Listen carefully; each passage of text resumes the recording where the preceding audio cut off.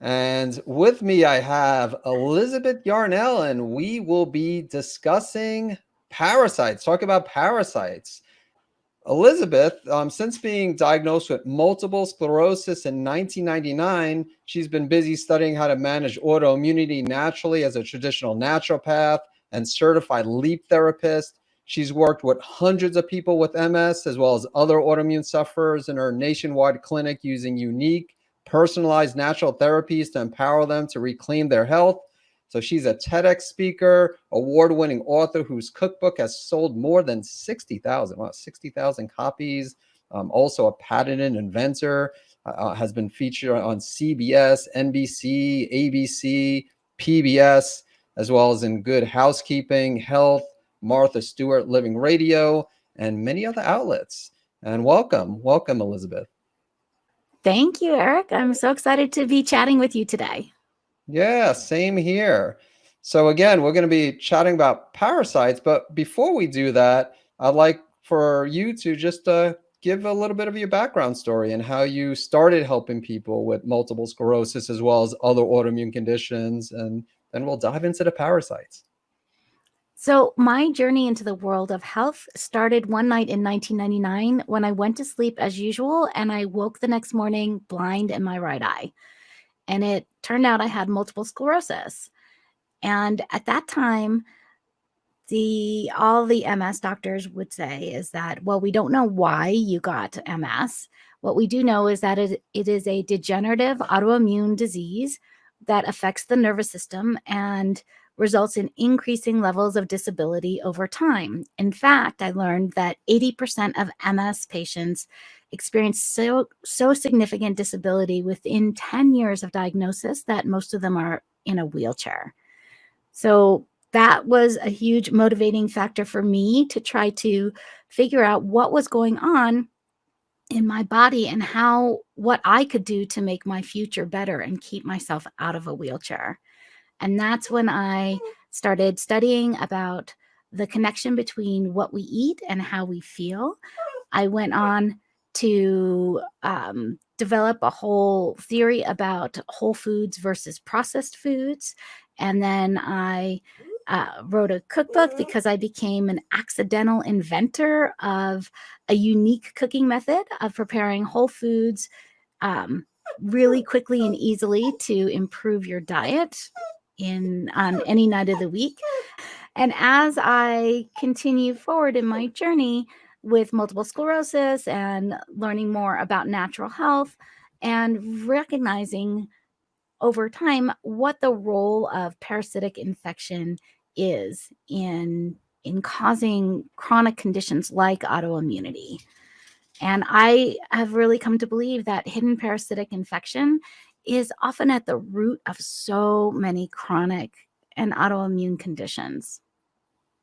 One thing also, I mentioned your cookbook, but I didn't say the name.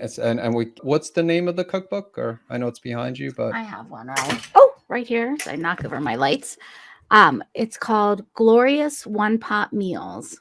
oh, okay, cool. It And I uses assume a on. cast Oh, iron Dutch oven, and mhm. it's all whole foods. You just layer it into your cast iron Dutch oven, and dinner's ready in about 45 minutes. Wonderful. Okay, and Amazon, I assume they could find it on Amazon. Absolutely on Okay. Amazon. Yes, that's a great place to get it. All right, wonderful. So yeah, so as you mentioned, you found that parasites are a big key when it comes to helping people with different types of autoimmune conditions. And so one thing, so Elizabeth and I, we met actually recently at a conference. So we were chatting a little bit about this. And, when I help people with parasites and other types of gut infections, I do like to test. And admittedly, there are limitations to the testing. And I assume, well, I shouldn't assume, I know based on our conversation, but that's a big reason why you don't test people for parasites. It's just because of the limitations of the stool test out there. So, unfortunately, testing for parasites is notorious for false negatives. That's well known in the world of medicine, as much as medical doctors even think about parasites, which admittedly is not very much at all, and not enough, I think, as they should be thinking about them because it is so super, super easy to pick up parasites. But one reason that parasite testing is so faulty is because if we're relying on, say, a stool test, well, maybe that particular stool sample might pick up a parasite, might contain a parasite from if that parasite lives in your bowels. But a lot of parasites don't even live in your bowels. I mean, you could have liver flukes, they live in your liver. You could have trichinosis that lives in your heart. You could have T. gondii that lives in your brain. If you could have Chagas, which is a tropical South American parasite, which lives in the bloodstream and is only visible if you use a specific medium on the slide with the blood under a certain microscopic enhancement to even identify Chagas. So only 2 labs in the entire United States even look for something like Chagas. And it's not, admittedly, not that common in the US. But that's just an example as to why parasite testing is so faulty and unreliable. I don't like to use it because we go through all the trouble of testing and the expense and the wait to find out if the test comes back positive. Fantastic. We know 100% that person is infected with the parasite. But if the test comes back negative, there's still a 50-50 chance that that person is infected with parasites. And the last thing I want someone to do is to have a false sense of confidence that there are no parasites that they're dealing with. And then really, there's only so much better you can ever get if you have parasites without addressing them directly. Makes sense. Do you have any concern about treating for parasites if the person weren't to have any parasites, or? So the protocol that I use, it's a 30-day herbal protocol. It's super, super gentle. I've used it on hundreds and hundreds of people, but including even toddlers when their moms find worms in their diapers. And my 9-year-old daughter did it when she weighed like 45 pounds. I've done it myself as a person with an autoimmune disease, I don't know, 4 or 5 times. It's so gentle. Most people tolerate it very well. The most commonly reported side effects I hear are deeper sleep and more vivid dreams. Okay. All right, so that is good to know. And so it sounds like though you're not just focusing on parasites in the gut, really just parasites, because one of my questions I was going to ask you, which you might not know the answer to, but it based on what you said, it might not make a difference, is if you think that the main concern with parasites or the main relationship with autoimmunity is that with autoimmunity, there's that leaky gut connection. And if parasites affect the gut, they could potentially cause that increase in intestinal permeability or a leaky gut. But it sounds like, again, you're not just concerned about the gut parasites, but parasites that could be outside of the gut, which again is one of the limitations with the stool testing, correct? Well, that is one of the limitations of the stool testing, yes. So Dr. Alessio Fasano, who's basically considered the father of celiac disease, he had and his team have done thousands and thousands of bowel biopsies over the last 20 or 30 years. And they've discovered that really chronic inflammation damages the digestive tract in the gut. So wherever those parasites are, our T cells, which are our body's defense soldiers, notice that there are foreign invaders. Now, typically, foreign invaders in a human body, are virus or bacteria. And the T cells can handle those pretty well. They create antibodies against bacteria. They have heat and inflammation that they use against viruses, but none of those work at all against parasites. The T cells are going to see the parasites, whether they're in your gut, whether they're in your heart, whether they're in your bloodstream, it doesn't matter. And they're going to have set off that inflammatory response over and over and over because they keep seeing them over and over and over and they don't go away. And anytime you have chronic inflammation, it damages the gut and contributes to that intestinal permeability or leaky gut that you were mentioning. Yeah, and how about the impact potentially of other gut infections, or do you just really focus on the parasite? So I believe in the terrain theory more than the germ theory. So oftentimes people say, well, I have SIBO or H. pylori or something, Hmm. and then they want to take antibiotics to wipe out those bacteria. But the problem is now the the whole reason those bacteria, which are always in our gut anyway, H. pylori is in everybody's gut. It's part of our normal gut microbiome. But then we take antibiotics and we wipe it out, and now we have a void, a vacuum. Well, nature abhors a vacuum, right? So what's going to go in to fill that void? Other bacteria. And how did the H. pylori maybe get out of control in the first place? The terrain, the whole microbiome was out of whack. And that can often be from parasites, but there was an opening that the H. pylori moved into and expanded more than they normally would in a healthy system. So I believe it's better to address the entire body holistically rather than to try to use a shotgun to kill one little mosquito and get all the collateral damage that you're going to get.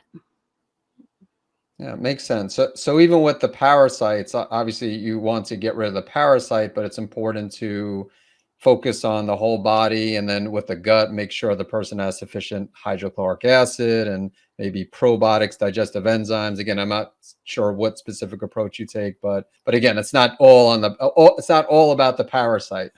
Well, so if you try to eradicate the parasites using pharmaceuticals, Mhm. those pharmaceuticals are less discriminatory. They will wipe out all of the flora and fauna in your microbiome while they're trying to go after the parasites. If you use an herbal approach, the herbs are more focused. They will only affect the parasites. They won't wipe out the rest of the flora and fauna in your microbiome. So you don't really have to be that concerned about other things as you're going through it because it will only affect the parasites. All right. Yeah, I know some of the medications they give for parasites could be harsh, like Flagyl, metronidazole, which also does affect the bacteria of the gut, not Ivermectin, just we'll just bring that one up. yeah, exactly. Yes. So yep. So, Eric, can we pause just a second here and just go back to talk a little bit more about how people might have picked up a parasite? Yeah, let's go for it. Definitely would like you to discuss Okay. that. So oftentimes people feel a little defensive. Oh, I don't have parasites. I have a clean home. I'm a hygienic person. That has nothing to do with it. It is super, super, super easy to pick up parasites. You can pick them up from swimming in a lake or a river or even a public pool or a water park.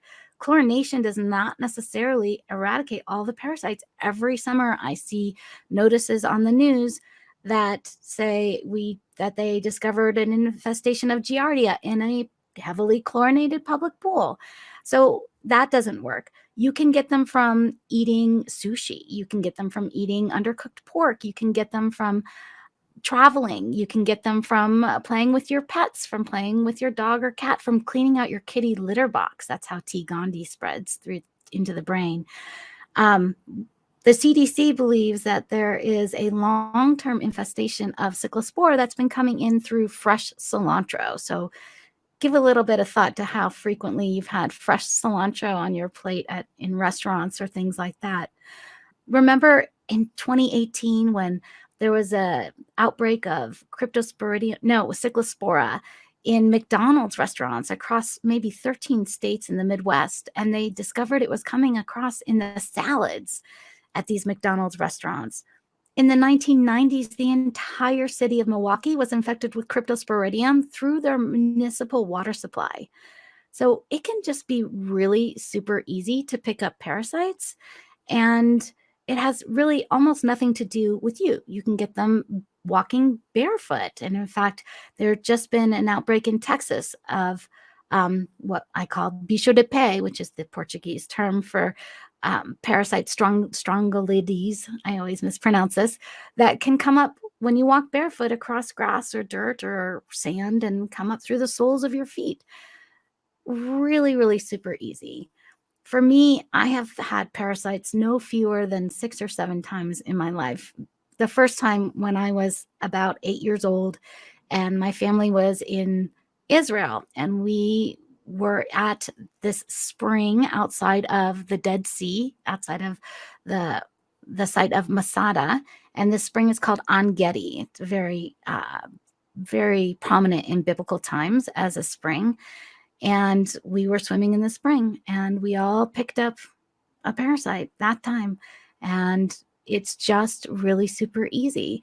One of the most recent times I picked up a parasite was when my fiance and I were traveling in Asia. We did a 2-week horseback trip across the Eastern Tibetan Plateau.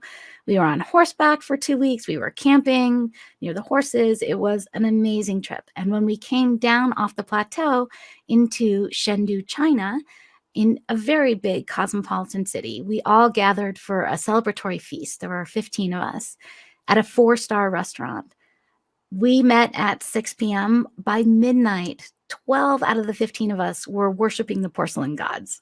It can happen that fast. So sometimes you may have been infected at a time when you think, oh, you know what? I had food poisoning, or I got a 24-hour bug, or, oh, you know what? I was traveling and I got diarrhea and it kind of lingered on for a little bit.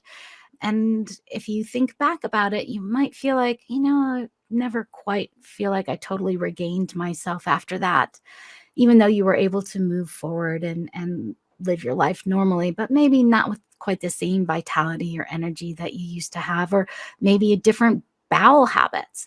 I know that after I drank some water in Bulgaria, Sofia, Bulgaria, when I was 21 years old, when I was on a 3-day train trip from Budapest, Hungary to Istanbul, Turkey. And we stopped in Sofia, Bulgaria, and we had run out of water, and we ran in and grabbed some and had tremendous diarrhea for a while. And in fact, I had diarrhea for the next 10 years. Every morning, that was what I thought was my normal, either diarrhea or constipation. And I didn't really think that much of it. I just thought, well, this is how my bowels are. And it wasn't until after we returned from Tibet when the diarrhea had continued. And I went to a GI doctor at that time, and he took a stool sample, and it made its way over to the Centers for Disease Control, who actually picked up the phone and called my apartment and said, "Where have you been? We found 5 parasites in your poop. Is there an outbreak in Wow. Denver, Colorado, where you live?" Wow. So, yes, it can be very easy to pick up parasites, and the symptoms can be really random. It can be, as I said, diarrhea or constipation. They could be fatigue and a lack of energy, could be headaches or migraines, could be, for my husband, one of his big symptoms is vomiting. He will randomly vomit when he's infected with parasites, and also fainting. I remember one night we were watching TV in the living room, and he got up to go get a drink out of the fridge. And all of a sudden I heard thump, and I walk into the kitchen. The refrigerator door is open, and he's flat on his back on the floor. He had just completely fainted. Wow. Yeah, I was going to ask you about the symptoms, because when people think about parasites, a lot of people just think about diarrhea, loose stools, diarrhea. They don't think about other symptoms, or even you mentioned constipation, let alone other symptoms that don't relate to the gut, the fatigue, the fainting that your husband experienced, which I, quite frankly, haven't heard of that associated with parasites. So that is very interesting. But yeah, so if someone is not experiencing diarrhea, that doesn't mean that they can't have parasites. And is it safe to say if someone has no digestive symptoms, then that they also could have parasites as well? Not at all. Not at all. It affects people in different ways. And Yep. really, what I feel is that it matters less how things are manifesting in your body, and more that there is something there and that there's inflammation at the root of it. So it could be body aches. It could be, there's just almost unlimited symptoms for parasitic infestation. But if you are someone who's been to lots of doctors and trying to figure out your symptoms and haven't been able to figure it out, or even if you have started to have new symptoms, like you never before were lactose intolerant and now you have become lactose intolerant. You never before were gluten intolerant. Now you've become gluten intolerant. You never before had blood sugar issues and now you're pre-diabetic. without other symptoms. Or even if you have chronic issues with weight management, either keeping on your weight or being able to remove excess weight, those can be signs of parasites too. Yeah, good to know. I have a quick story to share with parasites with the past patients. So, and this again, keep in mind, for years I've done testing with parasites or stool testing, not just for parasites, but for other things as well. But I had a patient, this was probably like 7, 8 years ago, and symptom wise, he actually wasn't doing too bad. This was a Graves' disease patient and wasn't having any digestive symptoms, regular bowel movements. So I didn't suspect a parasite. And so I didn't do any testing. And long story short, he stopped seeing me. He went to another practitioner, and the practitioner did do a test, and the test happened to find a parasite. And the only reason I know is because I followed up with him a few months later. And long story short, he got into remission by following a protocol for the parasite. His antibodies, the thyroid stimulating immunoglobulins in his case, normalized, and taught me a lesson that you can't just rely on symptoms. So like in your situation, of course, you wouldn't have done the testing. You would have just put him on a protocol, which would have done the job. But either way, it's something that at the time I overlooked, and it did teach me a lesson. So I kind of knew the answers as I was asking you the questions. Do you have to have symptoms? Because again, I've experienced patients that didn't have symptoms yet had parasites. So I'm glad you brought up the symptoms. And So they did have symptoms, but they weren't gut symptoms, right? Because he was coming to see you for thyroid issues, right? oh, So he had some correct. Yeah, symptoms. correct. They That is just weren't correct. what you classically would consider parasitic infestation symptoms. Exactly. No gut related symptoms. And so I was thinking no gut symptoms at the time, probably no parasites or anything gut related, any type of gut infection. So lesson So learned. yeah, so sometimes skin issues can be parasitic. I've had clients who the parasites are kind of coming out of their skin and they make little bumps. And then if they break the top off the bump, they can actually see sometimes movement before the parasite dematerializes, kind of like in Spider-Man Endgame, not Spider-Man, Avengers Endgame, when the people kind of disintegrate. And Hmm. because parasites are anaerobic, and sometimes they'll literally disappear upon exposure to air, which is another reason that testing can be so unreliable, because sometimes the parasites aren't even there by the time they reach the lab. On top of that, my brother-in-law is a pathologist. He tells me that in his training, he is taught to look at a slide and identify all the structures that he recognizes on the slide. There might be 30 structures on a slide, out of which he probably recognizes 10 or 15 of them. And the others he's taught to ignore. So that some of them might be parasites, but he can't identify them because he's not been trained on them. Very interesting. Also, one thing you mentioned about getting parasites, like you can get parasites anywhere, not just internationally. And you mentioned the salads. And so in the literature, one of the parasites, Blastocystis hominis, there's a few case studies showing an association between Hashimoto's thyroiditis. And I believe they also could be transmitted just by, if you're eating a salad, they could be found on greens. So you're right. It's not just, drinking contaminated water or just being overseas. You can get it just having a salad somewhere. Or Once I picked up parasites at a salad bar in Trinidad, Colorado, and a Pizza Hut. Another time, my entire family picked up parasites after eating at a very upscale restaurant in Escondido, California. yeah, that's scary, but again, that's a big reason why parasites are so widespread, and why we're having this conversation And here. So unrecognized. So let me just yeah. give a little bit of story about that restaurant experience in California. We had gone out to a very lovely restaurant, and when we came back that night, it started with my husband. I always kind of look at him as he's my canary in the coal mine. He started vomiting and diarrhea, explosive diarrhea, about midnight that night. The next morning, and that continued for him through most of the night. The next morning, my son, who I think was around 12 at the time, had a migraine. So that was part of his symptomology. That's how it manifested for him.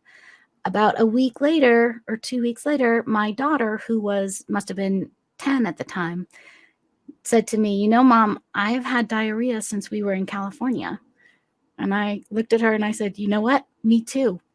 I think we all got infected. And so we all went on the herbal protocol and it all cleared up. Yeah, that's a bummer, but it's great that you knew what to do and you cleared it up because, I guess in some situations you might have gone to a regular conventional doctor. Like if you didn't know any better, you would have gone to your like a local doctor, and then maybe they would have suspected parasites, but maybe not. Maybe they just would have given you some other type of medication to deal with the symptoms, or probably not, because we had only been in California, right? We hadn't even been out of the country. We hadn't been eating street food or anything that you might consider might be less hygienic. We hadn't even gone swimming at that time at that particular vacation because it was in the winter. But it can be really easy and deceptive to pick these up. I did have one client who, while I was working with her, had a colonoscopy, and her GI doc who was performing the colonoscopy actually saw the parasites move while he was doing that, which doesn't normally happen. He had a little freak out, which I thought was very unprofessional, but yeah, I haven't heard that story either about during a colonoscopy. So some parasites are visible to the naked eye, like many worms. Some are microscopic, some are submicroscopic.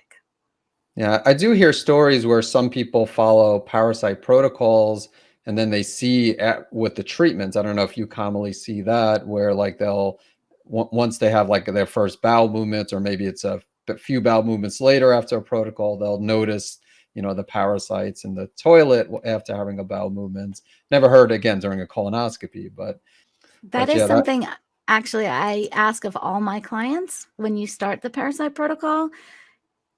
Watch your stool, watch your toilet bowl, and if you see anything, snap a photo. That is the most reliable way to capture anything. I've had clients who get disposable chopsticks from Chinese restaurants that they can use to kind of fish around in the toilet bowl. Sorry if I'm going to gross anybody out here. This is my life, so it doesn't gross me out at all. But they fish around and they can find.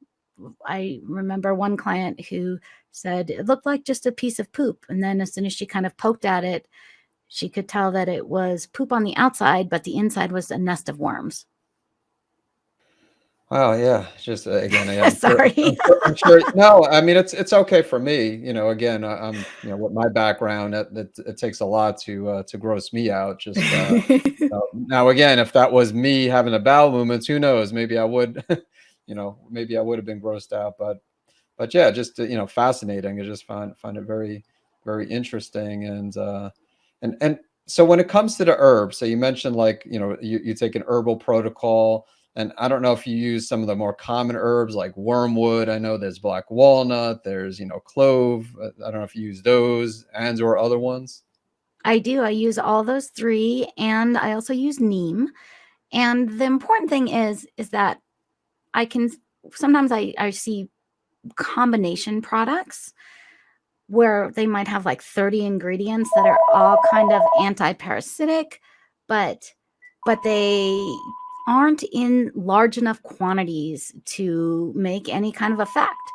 So my protocol that I work with, it kind of goes up. Like you start off very slowly with even like one drop and one capsule, and then you go up to where you eventually are taking something like 30, 40 capsules a day, because you really need sometimes large quantities to saturate the tissues. Some parasites lay 2,000 eggs a day. So if you only get the adults, they're going to repopulate, and you're going to be right back where you were in just a couple months. And I know some practitioners will take breaks, like that they'll go 10 days on, 10 days off, 10 days on. Do you take that approach too? I don't. I do a 30-day protocol because that covers all the phases of the lunar cycle. And parasites are lunar, I don't want to say animals, beings. They do become more active during the times of the full moon. And additionally, they have a consciousness, and they can actually affect the actions and behavior of their hosts. So they can be an influence on you for acting to eradicate your parasites, or even not acting to help yourself. And do you find that some people need more than the 30 days? Like you'll treat them for 30 days and maybe they're a lot better, but still not completely. And then you put them on another round for like another 30 days? 100%.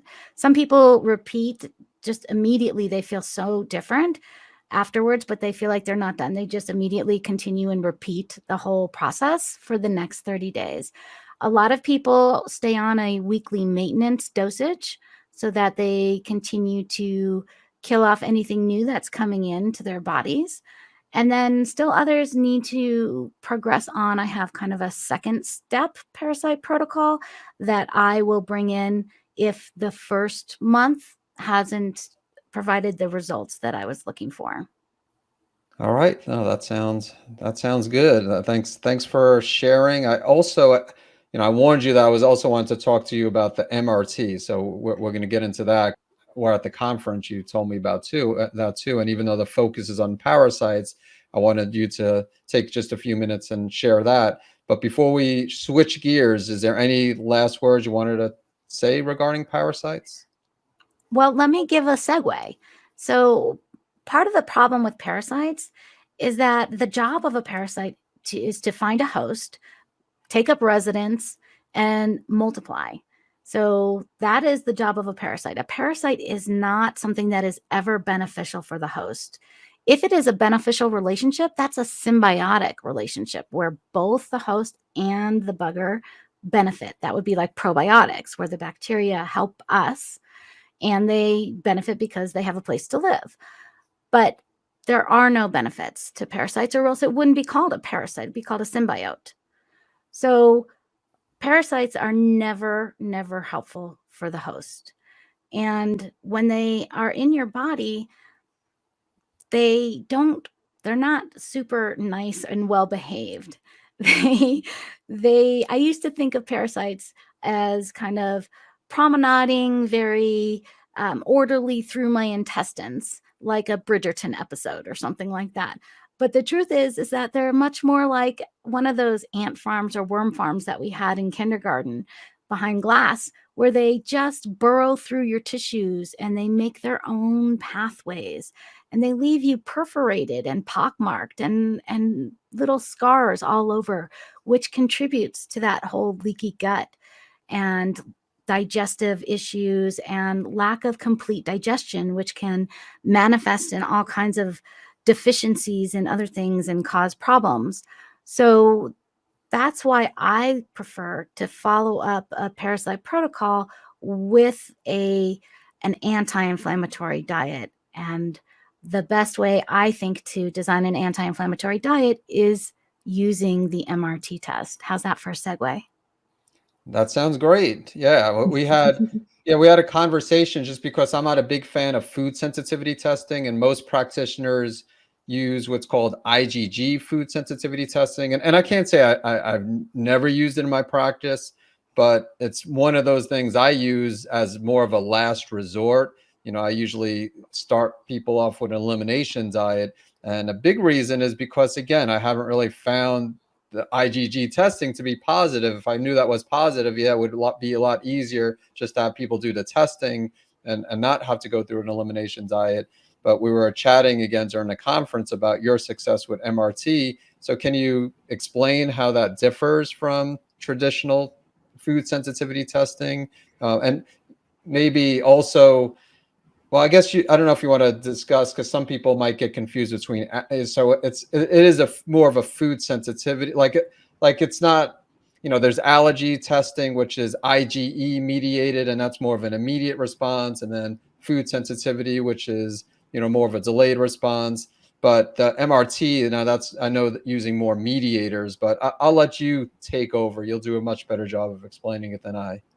Those are all good things to talk about, because that's what people hear about, right? It's like, okay, food sensitivity testing. And now they're like offering take-home food sensitivity tests that you can do, and they're super unreliable. I would not recommend wasting your money on those, specifically because they're looking for the Igs, the antibodies.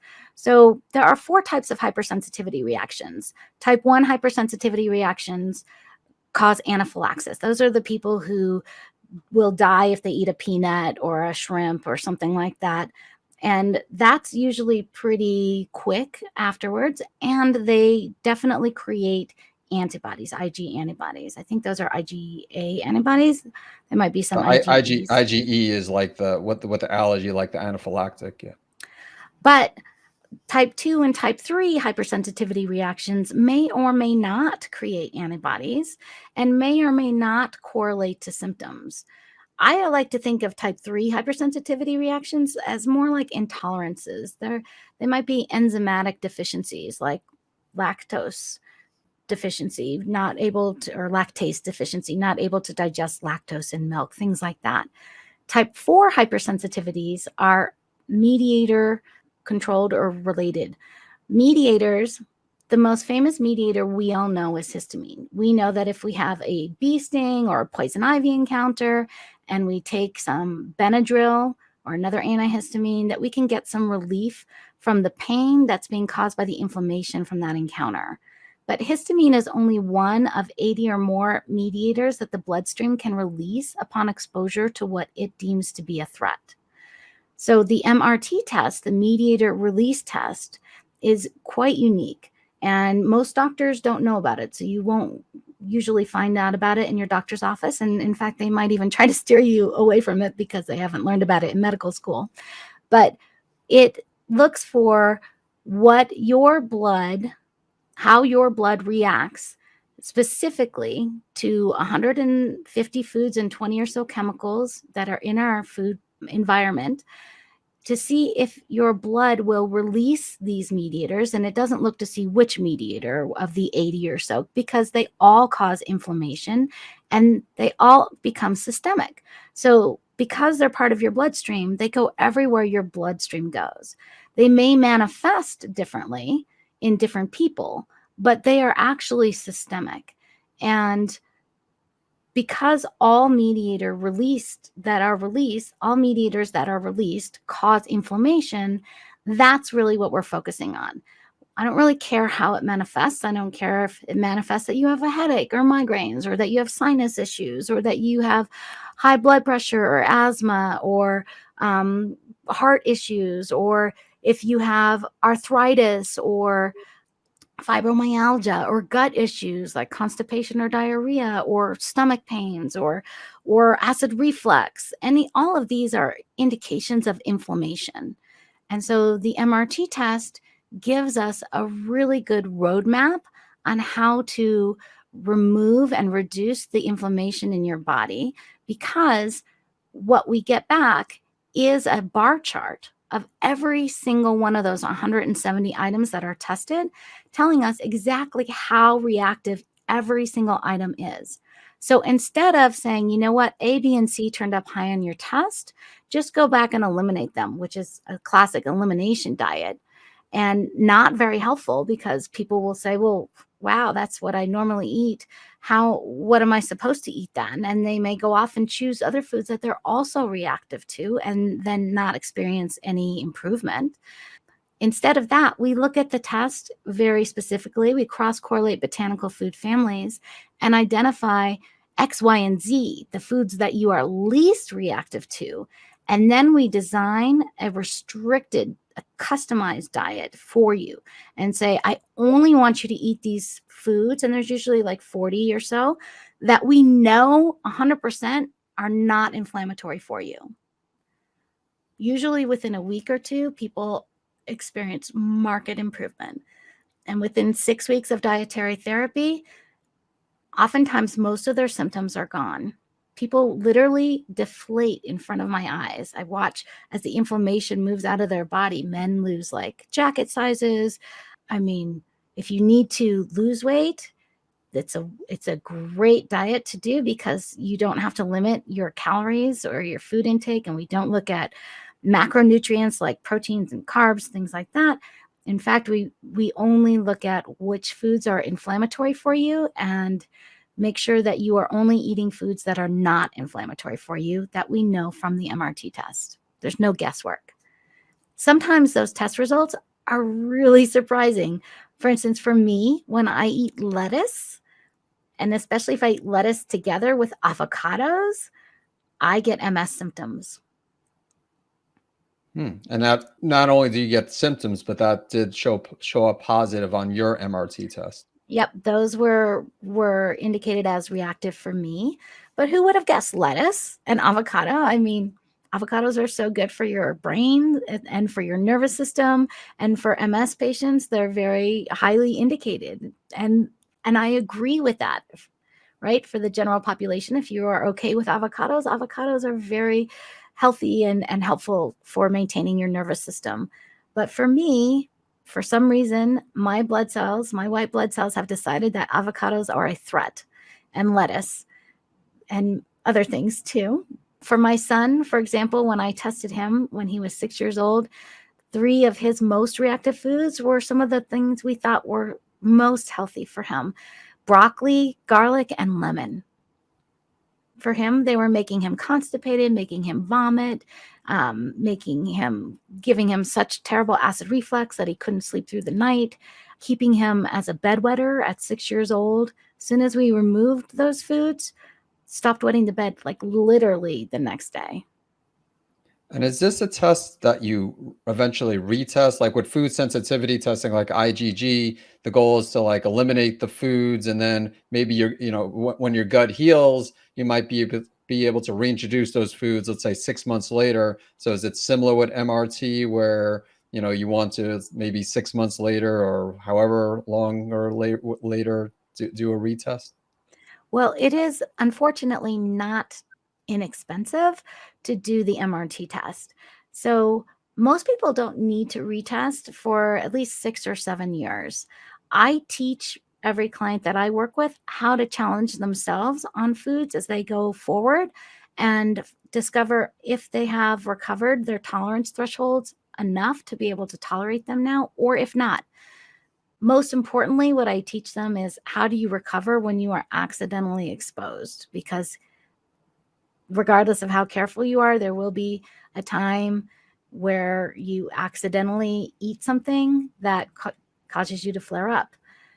In a person who is suffering chronically, who's suffering enough to come to see you or to come to see me, they're probably walking around at 80 to 90% inflamed every day. So when they eat something that causes them more inflammation, maybe shoots them up to 85, 90% inflamed, they might not even notice it because they pretty much feel crappy all the time. It's not that big of a difference. But when we bring you down to maybe 10 to 20% inflamed, and then you eat something that shoots you up to 85, 90, 95% inflamed, wow, do you notice it? Yeah, no, I bet. Yeah, there's so many questions. We might have to so many questions I have about this. We might have to have I might have to interview again. Just the main focus, of course, of this was to talk about parasites, and the plan was just to take a few minutes, but there's we could probably get into a lot more greater detail when it comes to this test. So what I want you to do now, though, is let people know where they could find you if they're interested in the MRT testing, or, again, you help people with, not only multiple sclerosis, but other autoimmune conditions as well. So your website, I believe it's elizabethyarnell.com, correct? That is correct. ELIZABETHYARNELL.com. And at the bottom of every page, there's a link to book a complimentary naturopathic health assessment, which I am happy to offer all of our listeners today. And it's risk-free. We can just talk about what's going on with you and see if what I offer might help you. But specifically for parasites, I do have a little quiz. If you go to parasitesandautoimmunity.com, all spelled out, and parasitesandautoimmunity.com, there's a little quiz that you can take to see if maybe parasites might be at the root of your problems. That sounds wonderful. So yeah, definitely visit Elizabeth's website as well as that website to take the Parasite quiz. And thank you so much, Elizabeth. It was great chatting with you about parasites as well as MRT testing. I appreciate you sharing this information. There is so much to it and so much misconception that's around, not only in the general public, but also in parts of the medical community, and really just ignorance of parasites. We like to think that we are a developed nation and we don't have a lot of parasites, but the CDC estimates that 7 out of 10 adults are carrying around a lot of parasites. So if you're one of those people who can't seem to get a handle on your health, it could be because you have parasites. Yeah, again, very good to know. And again, thank you so much. Thank you for for your time and for talking about, especially parasites, but again, the MRT, very interesting. And with that being said, we're gonna go over some questions. Now, again, just to let you know, Elizabeth does have to go soon. She does have a patient at the top of the hour. So we're going to spend about 10 minutes. The goal was to try to finish this a little bit sooner, so we had a little bit more time for questions, but it just, again, was so interesting, the information. So we spoke about, so this question here, we spoke about the symptoms when having a parasite. So So again, if you're it could vary. In other words, there's no It can symptom that. vary, right? So if you are wondering if the symptom that you are having, go to parasites and autoimmunity.com, and there's a little quiz that you can fill out there and find out. All right, awesome. And then, so this question here, is it true that when little kids crunch their teeth while sleeping, it's because of parasites? This saying is coming from great grandma and mother-in-law. So certainly teeth grinding at night can be a sign of parasites. It can also be a sign of a mineral deficiency. So I would look, if that was my child, I would look to see, okay, does he scratch his butt a lot? Does he have like an itchy rectum? That might be another sign. And then having more than one sign is a really definitive way to know. But honestly, it's very, very gentle to treat people for parasites, even little kids. I have a liquid formula that I use with little kids that's very well tolerated as well. So that can be, but it can also be a mineral deficiency as well. All right, so this isn't related, but I wanted to briefly bring it up because can I have both Hashimoto's and Graves? So you could have definitely have multiple autoimmune conditions. And so, Elizabeth has, her history is multiple sclerosis. And there's actually a few people in the group, in my Facebook groups, who have MS and they have Graves' disease. And, there might be ones that I don't know of that have MS and maybe Hashimoto's and maybe even those who have MS and the antibodies for Graves and Hashimoto's. But yeah, you definitely could have multiple autoimmune conditions, including both the antibodies for Hashimoto's and Graves. And then this answer, I believe, is yes to this question. Would wormwood tincture or black walnut, can it work for parasites in general and also for kids? So same thing with kids as well, the wormwood and the black walnut, correct? But you don't want to just be taking these willy-nilly. You want to have guidance and somebody who knows what they're doing to get you the right amounts day by day. For instance, in my protocol, you're going to be taking them 3 times a day for a month, and in differing amounts. It kind of goes in a little crescendo, as I was saying before. It's not something you just want to take willy-nilly. You probably won't take enough, or you'll take too much and things like that, especially for kids. You want to have an idea of what you're doing and a roadmap to follow. All right. Yeah. Definitely want to. I think with any, really supplements in general, herbs in general, you don't want to just randomly take them for like prolonged periods of time. But especially with, even though, again, like you said, it's not the same as taking an antibiotic, but still, you don't want to just take it for, 6 months, for example. But in some ways, it is the same as an antibiotic. So if you take it and you don't take high enough amounts, you might kill off the weak ones and leave the strong ones, like with an antibiotic.